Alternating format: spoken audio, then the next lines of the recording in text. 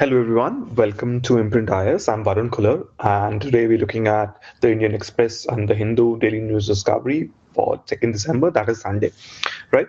So, what all we'll be covering today, we're looking at the EVM controversy in Madhya Pradesh. We look at the BREXIT again. We try to look at how the what, when, and how the Hindu describes it as. We look at the Indian-Pakistan ties in the light of the new religious diplomacy, the India-US defense ties article. We look at G20 and the Brahmos missile, right? The Tiger numbers are on the rise. Then crashes, Maternity Benefit Amendment Act, the no-go areas, and North Sentinel Island.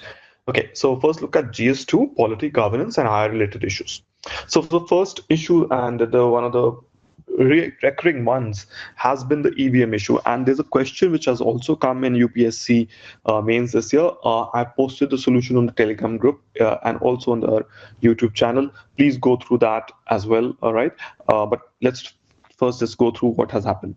So, releasing multiple videos of polling officials with EVMs in a private hotel, a bus without a number plate carrying machines, and various persons approaching the strong rooms where machines were kept. The Congress on Saturday accused the BJP of an organized event to subvert the mandate in Madhya Pradesh and Chhattisgarh. And the Congress delegation met the election commission and flagged the party's concerns on the security of EVMs inside the strong rooms and their handling during the counting process in MP and Chhattisgarh. And the team also alleged the deletion of voter names in electoral rolls in Saharanpur in UP. Right, and speaking to spokespersons, the press after the election commission, Congress led in charge of Chhattisgarh, PL Punya, said that suspicious activities were being reported from Dhamdari Assembly state, right? And people with laptops and mobile phones on the pretext of repairing CCTVs were seen around the strong rooms where the EVM were kept, right? So obviously the problem is that this can lead to a lot of uncertainty on the mandate in case the BJP wins. That's going to be a problem. They're going to say that it is because of the EVM.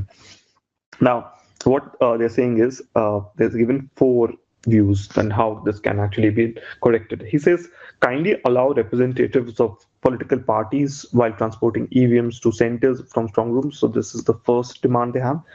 Cross-check if postal ballots were received from eligible voters.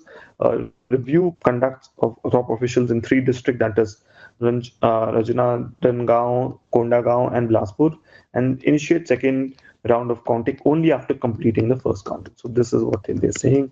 They are the four demands they have made.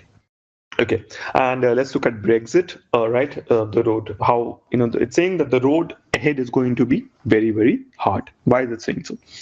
So it's saying that on November 25th, leaders of EU, that is 27 group of nations, signed off on the 585 word treaty setting out the terms of Britain's withdrawal from the Union, as well as a non-binding declaration of aspiration for future relationship, right? And obviously, it's a very sad day according to Claude Juncker, but the British Prime Minister Theresa May had little reason to celebrate despite that fact. And the document sets out everything from Britain's diverse payment to the end of free movement to change in fishery policy and custom arrangement. So please note this, right? Right. Then what about Northern Ireland? Crucially, it deals with the seemingly intractable problem of avoiding a hard border between Northern Ireland, a part of the UK, and Republic of Ireland and EU nation, through a backstop or an insurance scheme that would kick in and keep the border open in the event of a hard Brexit. The trouble as it is with the insurance mechanism, it can only be ended under very specific conditions. So obviously it riles the hard Brexiters who demand that it undermines control, and obviously it is not really as what they wanted with a hard Brexit. Okay, but it displeases Northern Ireland Democratic Unionist Party because it says it would lead to different unions across the UK and threaten the national integrity.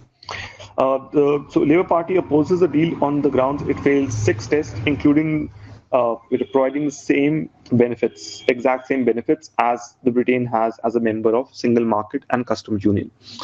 Even the US President Donald Trump weighed in, suggesting a deal was more in favor of Europe than anyone else.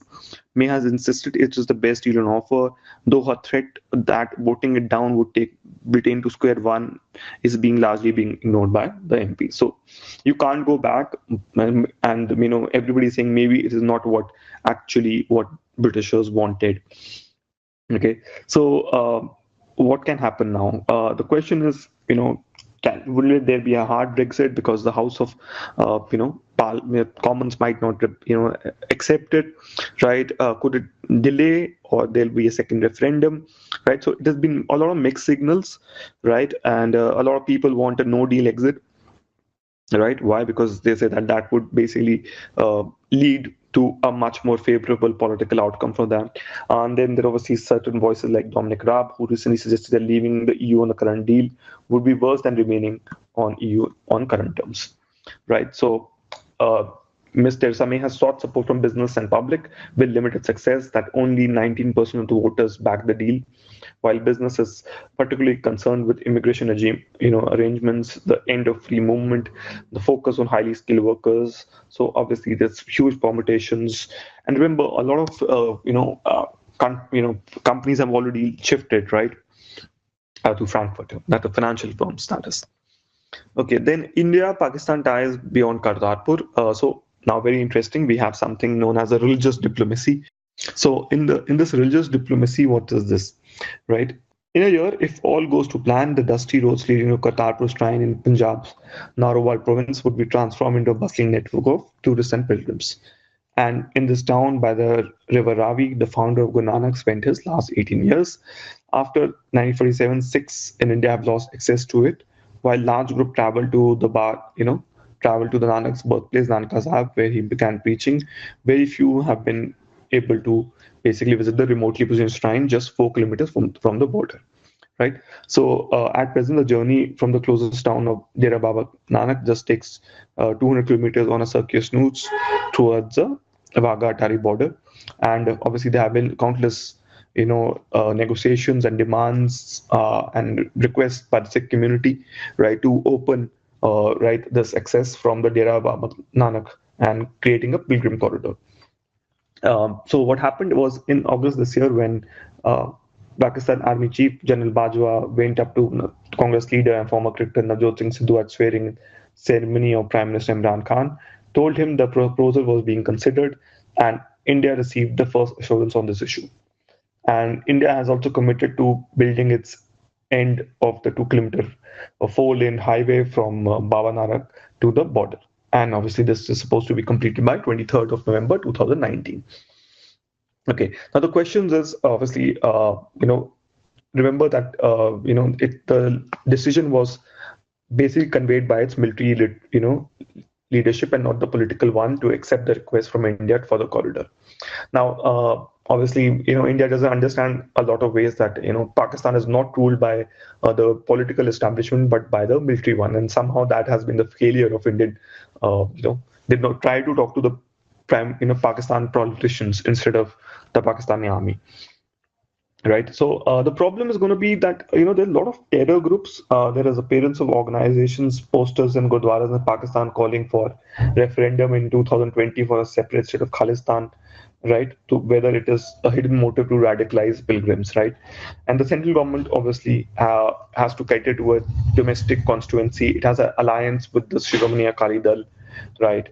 Uh, Obviously, so there is a problem that they don't want to respond to Pakistan, but on the other hand, they have very close dealings with the Shiromani Akali Dal. It has been their bellwether ally, despite in good bad times. So therefore, they have to agree to him, right? That is Mr. Bad. So this is very interesting. The project is actually very unique. Now, this is the side I think you will actually need to use in your answers, right? I think religious diplomacy in India-Pakistan ties can be a question which can come. The project is very unique for several reasons. Human corridors are normally used for emergency situations such as, refugee fleeing violence or humanitarian disasters. Then the corridor will come at a time when few avenues for India-Pakistan relations have existed in the last few years, right? The official dialogue ceased, but other, exchanges by actors, artists, authors, academicians all have but ended. And this religious, pilgrimages by Sikhs and Hindus to shrines in Pakistan and by Muslims to Sufi shrines have also seen reduced number of visas. So, will it be a new starting point for India-Pakistan relationship? Will it be very, very positive for us, or will it just need to more and more radicalization on both sides of the border? So let's see what happens. Right. Let's go for the next topic. Okay. India US to review defense deals. So India and US will review the progress of their expanding defense cooperation, as well as discuss the issue of sanction waivers for arms purchases from Russia. And that was what Nirmala Sitharaman saying during their 6-day visit, right, starting Sunday. And their addition for purchase of M24 MH60R multi-role helicopters for the Indian Navy to the foreign military sales route, and also Predator armed drones for which the US has already given the in principle approval. Then India would also like to get some clarification on the CATSA waivers, right? And remember that India has signed a very, very big defense deal, including the S-400 long-range air defense system, which is worth $5.43 billion. Now, this can again come in prelims, right? CATSA can also come. So they can ask you, right, which CATSA is related to which of the following countries: India, USA, India, China, India, Russia, India, Pakistan. So something like that they can give, right? Then you should know about Predator drones, right? Because they're very, very famous, right? So that's there. Okay. Then obviously they'll ink a few agreements with that. I think we can focus on later on, but I think this is the important takeaway from this. The S-400 long-range air defense system has been bought by Russia, right? Has been bought from Russia, right? Okay. Next is G20, and there's also news that G20 summit in 2022 will be held in India, right? So G20 is a international forum for governments and central bank governors. So remember, even Ujjwal Patel goes there. So Argentina, Australia, Brazil, China, Canada, European Union, France, Germany, India, Indonesia, Italy, Japan, Mexico, right, Saudi Arabia, right, South Africa, right, and South Korea, Turkey, UK, and United States, and obviously Spain is a permanent invitee. Now, notice in this, Russia is not there. Russia is there. Yes, Russia is there, right? In UK and USA is also there. So, despite the fact in G8 Russia is no longer, that is G7 Russia is not there, but here it is. So that is the idea that this can be coming in your objective type question. So you might think in G8 G7 Russia is not there. This here also is not there. So that is one thing, right? So just to have a look what happened, India on Friday presented a 9-point agenda before the G20, calling for strong cooperative action to deal with fugitive economic offenders. So basically, Mehul Choksi and Nirav Modi, right? And it says that cooperation in legal processes such as effective freezing of proceeds of crimes, early return of offenders, and effective repatriation of proceeds of crime should be enhanced and streamlined. So this is something which has to be there. And then India suggests that the Financial Action Task Force should be called upon to establish international cooperation, and this should lead to timely and comprehensive exchange of information between authorities and financial intelligence units. So they're saying that the FATF should be tasked with formulating a standard of definition of fugitive economic offenders, and FATF should develop a set of commonly agreed standardized procedures related to identification, extradition, judicial proceeding for dealing with economic offenders. Right, that's the idea. Okay, also very interesting. I would say. I think you should definitely note this in your notes. Okay, then Defense Acquisition Council and approved procurement estimates at 3,000 crore, and these include Brahmos cruise missile for stealth frigates, which will be brought directly from Russia, and armored recovery vehicles for Arjun tanks. So this is good news, right? So just to have an idea, what is this Brahmos missile? There was a development trials for the anti-ship variant of the missile in 2002. There were combat trials in 2007, and the missile can be launched from land, sea, subsea, and air against surface and sea-based targets. Initially, it was basically at 290 kilometers, but when India had joined the MTCR, so this is important again, when did India join MTCR? 2016. So the range was extended to 450 kilometer. Now the work is on to increase it to 600 kilometer. Right now, what has happened? India signed intergovernmental agreement for 4 Kirvak or Talwar stealth frigates to be procured directly from Russia, and 2 to be built by Goa Shipyard, right? And it was basically a $1 billion deal, right? And the last week also, GSL has also signed for a deal for material design and specialists for bringing the frigates in India. So this has also been done. So note this down. This is extremely important, I would say. Okay, then tiger population on India is on the rise, and there's a new study, right? So it says at a time when tiger deaths dominate national news, a new study offers hope for wild population across the country, showing that tigers can actually, multiply or triple in 18 sites across the world, including 8 in India. And they mention these sites. So I would like you to note these sites: Annamalai Vaschal in Tamil Nadu, Satyamangalam in Tamil Nadu, Balaghat in Madhya Pradesh, Achnakamar, Western Rajaji and Nandor in Uttarakhand, Manas, Valmiki, and all of them actually are tiger reserves also, right? And these regions support estimated 62 tigers, which could rise up to 287 in the last 20 to 50 years. So this is an increase of 4 times itself in India. So this would be very good, right? So again, so you just need this. So please note all these reserves. So this is what is required from you, right? Okay, so let's go ahead. In GS1, what has happened? So very interesting. New rules have come. Central guidelines for creches at workplaces. So it says center has reached guidelines that creche can be either at a workplace or within 500 meters from it. It should be open for 8 to 10 hours, adjusted according to the shift system at the workplace. A creche must have a space of 10 to 12 right, square feet per children. There should be no open drains deep.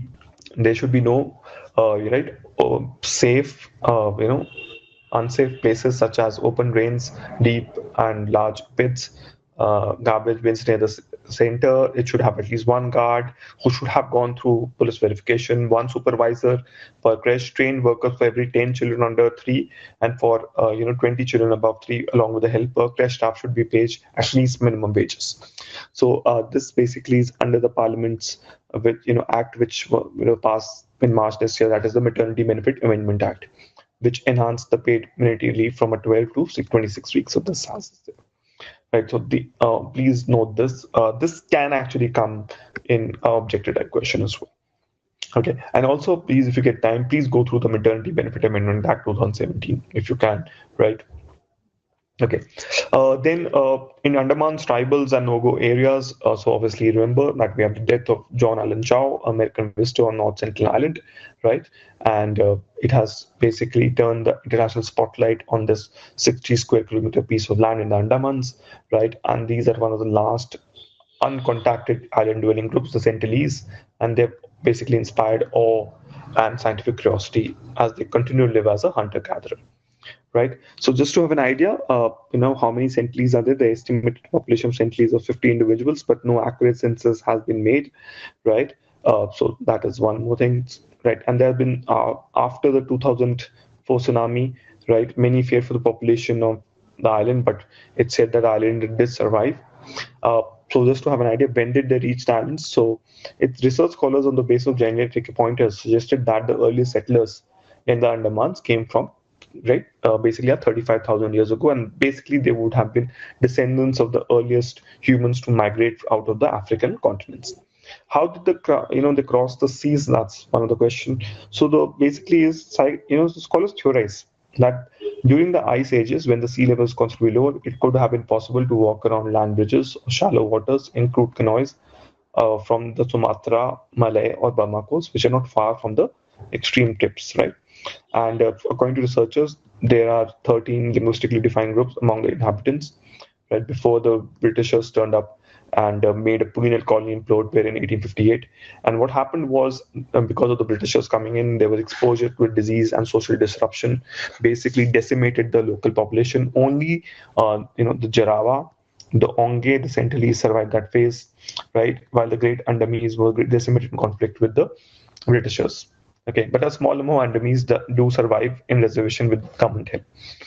Okay, now the question is, do the Sentinelese exist in isolation?